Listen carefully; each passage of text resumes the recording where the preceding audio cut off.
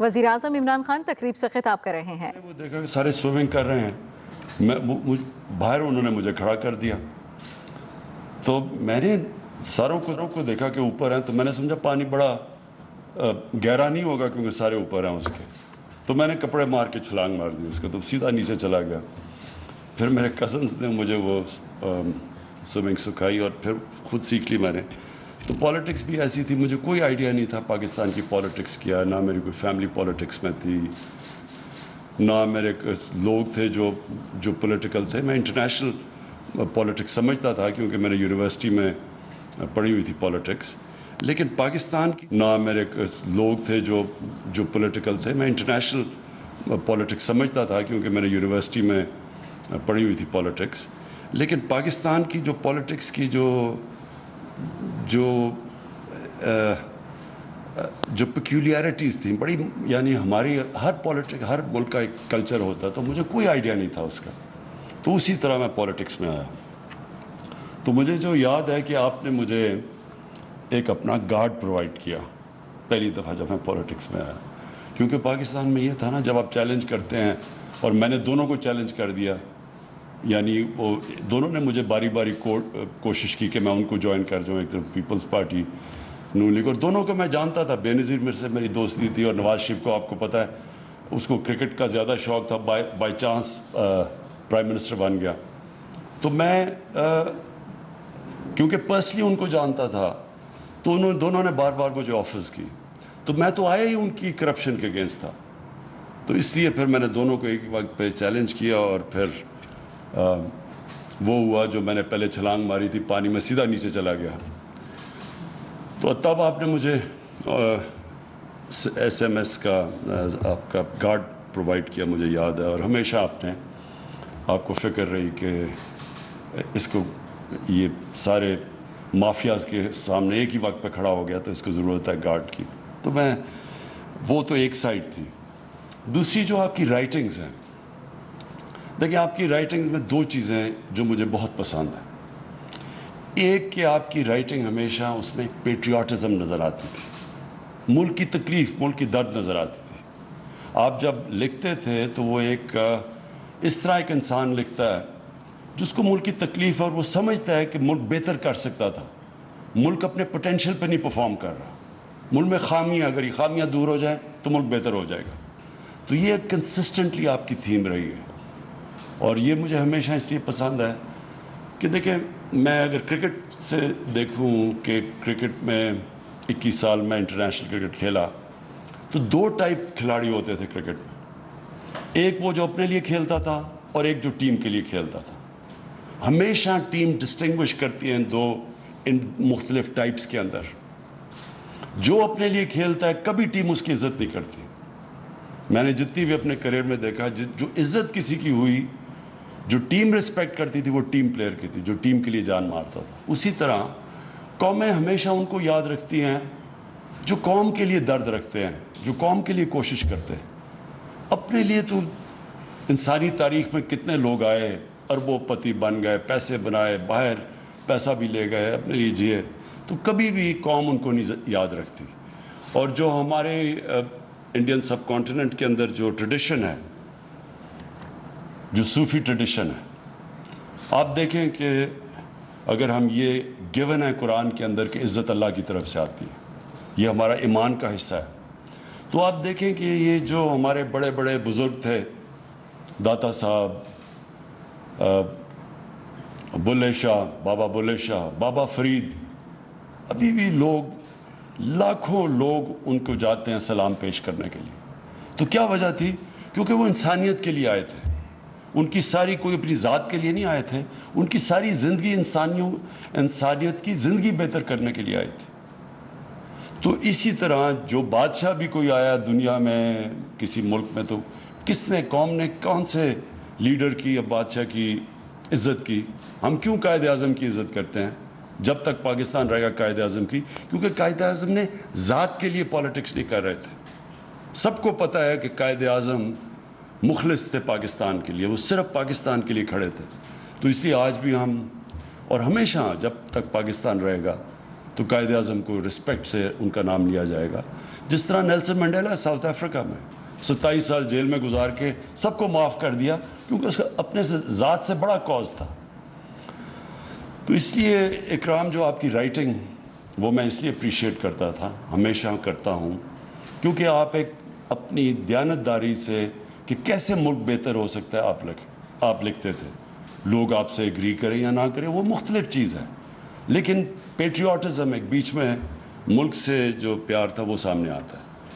دوسری چیز کہ یہ بھی میرا کرکٹ سے ایک میں نے اپنے کرکٹ ایکسپیرئنس میں چیز دیکھی کہ 2 ٹائپ کھلاڑی ہوتے تھے.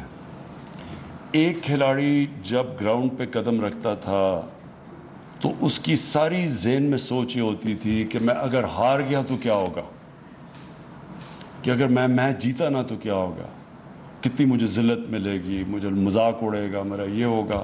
تو ان کی ساری جو مائنڈ سیٹ ہوتا تھا وہ ہار کے خوف سے سارے فیصلے کرتا تھا. اور دوسرا جو کہ چیمپئن بنتا تھا کھلاڑی, وہ ہمیشہ یہ سوچتا تھا کہ میں اگر جیت گیا تو کیا ہوگا. یہ 2 ڈفرنٹ مائنڈ سیٹس ہیں. ایک ہے رومانٹک, ایک ہے جو آئیڈیلزم, رومانٹسزم. دنیا میں کسی نے بھی بڑے کام کیے ہیں تو وہ ہمیشہ آئیڈیلسٹک ہوتا ہے. وہ بڑی بڑی خواب دیکھتا ہے, وہ پکچر کرتا ہے جیت کیا ہوگی اور پھر وہ باقیوں سے بڑا سوچتا ہے. اور دوسرا ہوتا ہے پیسمسٹ, جو کہ ہمیشہ جس کو کہتے ہیں ریئلسٹ, ریشنلسٹ. وہ ہمیشہ اپنا سوچتا رہتا ہے کہ A=B, یعنی کہ میں اگر یہ ہو گیا تو کیا ہوگا, یعنی جو عقل کا غلام ہوتا ہے. میں مثال ہمیشہ دیتا ہوں ایڈمنڈ ہلری کی, کہ جب اس نے فیصلہ کیا ماؤنٹ ایوریسٹ پہ چڑھنے کا تو اس سے پہلے جتنے بھی لوگوں نے کوشش کی تھی یا وہ مر گئے تھے اور یا وہ فیل ہو گئے تھے. تو ریشنلزم تو کہتی تھی کہ یا آپ مر جاؤ گے یا فیل ہو جاؤ گے, کیونکہ وہ ڈیٹا تو یہ کہتا تھا. تو یہ ایک رومانٹسزم ہوتی ہے, ایک آئیڈیلزم ہوتی ہے کہ نہیں جدھر باقی فیل ہو گئے میں کامیاب ہوں گا. تو یہی مائنڈ سیٹ ہوتا ہے ایک انسان کا جو کہ بڑے کام کرتا ہے, اور جو ایک پازیٹیو تھنکنگ ہوتی ہے, اور جو ایکچولی دنیا کے اندر جتنے بھی بڑے کام ہوئے وہ ہمیشہ یہ آئیڈیلسٹ نے کیے تھے, جو خواب دیکھنے والے لوگ تھے. تو آپ کی بھی اکرام, جو آپ کی کتاب کے اندر جو بیسک تھیم ہے کہ یہ ہمارے مسئلے ہیں, اگر ہم یہ ٹھیک کر دیں, تو بھی آپ نے بات کی کہ ملک میں کتنا پوٹینشیل ہے, ہم کدھر جا سکتے ہیں. تو جس کی وجہ سے میں پالیٹکس میں آیا تھا, کیونکہ کبھی باقی تو کوئی پالیٹکس میں آیا, ان کو تو کوئی جانتا ہی نہیں تھا اس سے پہلے. کس کو کوئی جانتا تھا؟ میں تو سب سے بڑا اس وقت نام بن چکا تھا پاکستان میں, مجھے ضرورت نہیں تھی پالیٹکس کی, کہ کسی چیز کی کمی نہیں اللہ نے دی تھی, سب کچھ دے چکا تھا اللہ پالیٹکس پہ آنے سے پہلے. تو لیکن یہ سوچ تھی کہ ہمارا ملک, ہم جب دنیا کو دیکھتے تھے اور اپنے ملک کو دیکھتے تھے تو ہم فیل کرتے تھے کہ ہم نے اپنے سے ظلم کیا. ہم نے اس ملک سے جو اللہ نے یہ نعمت, پاکستان کا نام جو اللہ کی نعمت ہے, اس سے ہمیں انصاف نہیں کیا. تو پھر 2 چیزیں ہو جاتی تھی, کیا چپ کر کے ہر روز شام کو اپنے آپ کو ڈپریس کر کے سو جاؤ, ڈنر ٹیبل پہ جاؤ اور کہو یہ برا ہے وہ برا سو, یا پھر آپ جدوجہد کریں, فائٹ کریں اپنے ملک کے لیے. اور میں یہ سمجھتا ہوں آپ کی طرح کہ اگر ہم اس ملک کے لیے فائٹ کریں, اور جب سے میں یہ تقریباً 3 سال ہو جائیں گے اب, اس اللہ نے اس میں بہت پوٹینشیل دی ہے. کسی فیلڈ میں بھی پاکستان ہم نے انڈر پرفارم کیا, ہر فیلڈ میں کیا. جو آپ نے بات کی ہے منرل ویلتھ, مجھے تو خود ہی اندازہ نہیں تھا کہ ہمارے پاس کاپر گولڈ ریزروز ہیں. مجھے تو یہ نہیں اندازہ تھا کہ ہمارا ایگریکلچر میں کتنا پوٹینشیل ہے. ابھی میں نے کورینز سے مل کے آیا ہوں جو پاکستان میں اب ہمیں مدد کر رہے ہیں ٹیکنالوجی ٹرانسفر پہ. تو ایک ایریا کے اندر پاکستان میں کتنا پوٹینشیل ہے. 12 موسم ہے پاکستان میں, تو ہر چیز اگ سکتی ہے یہاں. ہم نے کبھی وہ موہنجو داروں کے بعد کبھی سوچا ہی نہیں کہ اس ملک کے اندر اور بھی کوئی گندم کے علاوہ کچھ اگ سکتا ہے. کسی نے کبھی کام ہی نہیں کیا. گائے ہماری پتہ نہیں, جو آپ کہہ رہے ہیں کہ کتنی دنیا میں گائیں, ہماری ییلڈ سے 6 گنا زیادہ دودھ دیتی ہیں یہاں ارد گرد چائنا کی اور ادھر ادھر گائیں. تو آپ سوچیں ہم دگنا ہی اپنا دودھ کی پروڈکشن کر دیں تو ہم آج سوکھا دودھ امپورٹ کرتے ہیں. ساری ایسی سٹوریز ہیں کیونکہ جو لیڈرشپ تھی اس نے کبھی یہ سوچا ہی نہیں کہ اس ملک میں اس میں جب چھٹیاں آپ کی باہر ہیں, شاپنگ آپ کی باہر ہے, ہاسپٹل آپ کا باہر, آپ کو کیا پتا کہ ملک کے اندر کیا ہے. ٹورزم کا پوٹینشیل میں ساری دنیا میں دیکھا ہوا ہے, سوئٹزرلینڈ, ساری آسٹریا, ہر جگہ گیا ہوں. جو ٹورزم کا یہاں پوٹینشیل ہے, آپ یقین کریں دنیا میں شاید ہی کوئی ملک ہو جس اتنی ڈائیورسٹی ہو. کسی نے کبھی سوچا ہی نہیں ہے. ریلیجس ٹورزم وہ ایک علیحدہ پورا شعبہ ہے جس میں ہسٹوریکل ٹورزم علیحدہ ہے, پرانے شہر علیحدہ ہے, لیکن جو ماؤنٹین ٹورزم ہے وہ تو یونیک ہے دنیا میں. سوئٹزرلینڈ کی, یہ معید آپ کی انفارمیشن کے لیے, آدھا ہے سوئٹزرلینڈ پاکستان کے ناردرن ایریاز کا. ناردرن ایریاز ہمارے ڈبل ہیں سوئٹزرلینڈ کے, سائز میں بھی, ہائٹ میں بھی. سوئٹزرلینڈ صرف ٹورزم سے تقریباً $80 ارب کماتا ہے ہر سال, $80 بلین. تو یہاں سوچیں کہ اتنا بڑا ملک ہے, ہماری پتہ نہیں کوئی ملینز میں بھی ٹورزم نہیں ہے. کیوں؟ کیونکہ کسی نے سوچا ہی نہیں. اگر میری چھٹیاں ہی لنڈن میں اور شاپنگ ہیرڈز میں ہوگی, مجھے کیا پتا کہ یہاں کیا ٹورزم ہے گرمیوں میں. سو میں جو آخری پوائنٹ آپ کا, جو آپ نے بڑا ویلڈ پوائنٹ کیا, جو آپ نے کہا کہ ابھی مجھے جو ڈرائیور نے یا کسی نے بات کی انصاف کی. دیکھیں اصل سٹرگل پاکستان کی کیا ہے, ہمارا جو پوٹینشیل پورا نہیں ہوا اس کی اصل وجہ کیا ہے. اس کی اصل وجہ ہی انصاف ہے, نا انصافی. دیکھیں یہ جو سٹرگل ہے پاکستان میں, یہ سب سے, میں اس کو جب صبح اٹھتا ہوں تو میں یہ نہیں سوچتا کہ میں کوئی کام کرنے جا رہا ہوں, میں یہ سمجھتا ہوں میں جہاد لڑ رہا ہوں. جہاد ہے کیا؟ جو ابن خلدون نے اپنے فلسفے میں لکھتا ہے, جو کہ ماڈرن ہسٹری کا جس کو باپ سمجھا جاتا ہے, اس نے کہا کہ جو میرا سارا تجزیہ ہے اپنے دین کا, اس میں صرف اللہ ہمارے سے ایک چیز چاہتا ہے کہ اس نے ہمیں زمین میں بھیجا کیوں ہے, انصاف قائم کرنے کے لیے. دیکھیں جو انصاف ہے نا, یہی ڈفرنس ہے ایک مہذب معاشرے میں اور ایک بنانا ریپبلک میں. صرف ڈفرنس انصاف ہے. اور انصاف کا مطلب وہ بڑا کلیئرلی 2 حدیث میں نبی صلی اللہ علیہ وسلم نے کلیئر کر دیا. بڑی قومیں تمہارے سے پہلے تباہ ہوئی جدھر طاقتور کے لیے قانون اور کمزور کے لیے دوسرا, یعنی جدھر ناانصافی. اور میری اگر بیٹی بھی جرم کرے گی تو اس کو سزا ملے گی. تو کوئی قانون سے اوپر نہیں ہے. ساری جنگ ہمارے 3 سال میں کیا چل رہی ہے کہ ایک پریولیج کلاس کہتی ہے کہ باقیوں کو آپ جیل میں ڈال دیں لیکن ہم جو مرضی کریں, ہم قانون کے نیچے نہیں ہیں, اور اگر آپ ہمیں ہاتھ لائیں گے ہم آپ کی گورنمنٹ گرا دیں گے. یہ بیسک ہے سارا. تو یہ ہے سٹرگل پاکستان کی. جب تک جو بھی معاشرہ یہ سٹرگل جیتتا ہے وہ اوپر چلا جاتا ہے. وسائل کی وجہ سے آپ کبھی بھی امیر ملک نہیں بنتے, نہیں تو سوئٹزرلینڈ تو غریب ترین ملک ہوتا, وہاں تو کوئی وسائل ہی نہیں ہے. لیکن امیر ملک بنتا تب ہے جس کے اندر رول آف لا ہوتا ہے, قانون کی حکمرانی ہوتی ہے, طاقت کی حکمرانی نہیں ہوتی. طاقت کی حکمرانی جنگل کا قانون ہے, مائٹ از رائٹ. انسانی معاشرہ بنتا ہی انسانی معاشرہ تب ہے جب اس کے اندر رول آف لا ہوتا ہے. یہ جو رول آف لا ہے, اس کے لیے ایک معاشرے کے اندر اس میں مورل ویلیوز اور مورل سٹینڈرڈز اور مورل اتھارٹی چاہیے. کر سکتے ہیں. ساؤتھ افریقہ کے اندر انہوں نے ان کے ایکس پریزیڈنٹ زوما کو, انہوں نے کرپشن کے اوپر بڑی مشکلوں سے اس کے لیے کچھ اس کو بلانے کی کوشش کی, تو لوگ سڑکوں پہ لوگ سڑکوں پہ نکالے, شور مچ گیا. اب وہ سارا بیک ٹریک کر رہے ہیں کہ کسی طرح ہم اسے بچا لیں, کیونکہ یہ قانون کے اوپر ہے. آپ کبھی بھی کسی اسکینڈینیوین ملک میں اس چیز کا نہیں سنیں گے.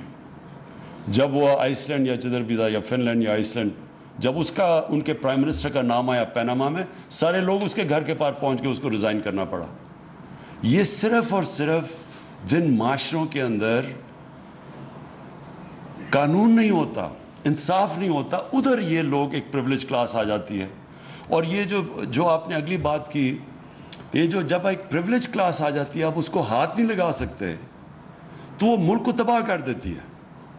کبھی بھی پٹواری غریب تھانے دار یہ چوری کریں گے، یہ ملک کو تباہ نہیں کرتے، کیونکہ یہ ان کے سوئس بینک اکاؤنٹس نہیں ہوتے یا ان کے میفر میں بڑے فلیٹس نہیں ہوتے۔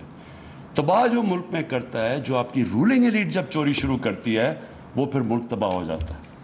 اور اس کی فیکٹ آئی پینل جو یونائٹڈ نیشنز کے سیکرٹری جنرل نے جو اپنے نیچے پینل بنائی ہے اور اس میں بتایا کہ یہ امیر غریب ملکوں میں فاصلے بڑھتے جا رہے ہیں، تو انہوں نے ایکچولی سال کی پوری رپورٹ کیا انہوں نے کہا کہ غریب ملکوں سے ہر سال 1000 ارب ڈالر چوری ہو کے امیر ملکوں میں چلا جاتا ہے، منی لانڈرنگ ہو کے، اور آف شور اکاؤنٹس میں چلا جاتا ہے۔ تو یہ کوئی غریب لوگ تو نہیں کر رہے ہوتے، یہ ساری رولنگ ایلیٹ ملک سے پیسہ چوری کر کے باہر لے کے جاتی۔ کیوں کرنا پڑتا ہے؟ اگر میں اربوں روپیہ چوری کروں گا کسی ڈیل میں تو میں بستر کے نیچے نہیں پیسہ چھپا سکتا، لہٰذا مجھے باہر بھیجنا پڑتا ہے، اور تو میں دگنا نقصان کرتا ہوں۔ پہلے میں چوری میں نقصان کرتا ہوں، پھر جب اس کو ڈالر میں کنورٹ کر کے باہر بھیجتا ہوں اس سے بھی بڑا نقصان کرتا ہوں، کیونکہ ملک میں افیکٹ ہوتا ہے آپ کی کرنسی۔ یہ منی لانڈرنگ سے آپ کا ڈائریکٹ امپیکٹ پڑتا ہے کرنسی پہ، اور کرنسی پہ امپیکٹ پڑتا ہے جب آپ کی وہ کرنسی گرتی ہے، ساری چیزیں مہنگی ہو جاتی ہیں، غربت پھیل جاتی ہے۔ یہ سارے غریب ملکوں کا یہ کہانی ہے۔ ہر جگہ لوگ بیٹھے ہوئے ان کے حکمران جن کے بڑے بڑے محلات ہیں، ساؤتھ آف فرانس میں باہر آف شور اکاؤنٹس ہیں، سارے غریب ملکوں کا یہ حال ہے۔ اس لیے وہ غریب نہیں ہیں کہ وسائل کی کمی ہے، اس لیے غریب ہیں کہ ان کی بھی رولنگ ایلیٹ اس طرح جو ہمارا انہوں نے جس کو اس ملک کو پلنڈر کیا ہے وہ یہی کر رہے ہیں سب۔ سو وہ اسٹرگل اصل میں یہ ہے ان کو قانون کے نیچے لانے کی۔ جب آپ رولنگ یہ طاقتور کو لے کے آتے ہیں قانون کے نیچے، تو پھر وہ جو حدیث ہے کہ بڑی قومیں تمہارے سے پہلے برباد ہوئی، جب آپ پریویلیج کلاس کے لیے ایک NRO دے دیتے ہیں ان کو اور غریبوں کو جیلوں میں ڈالتے ہیں، تو وہ پھر حضرت علی کا قول ہے کہ کفر کا نظام چل جائے گا، لیکن یہ جو ظلم اور نا انصافی کا نظام ہے یہ کبھی بھی نہیں چلا، یہ چل ہی نہیں سکتا کبھی۔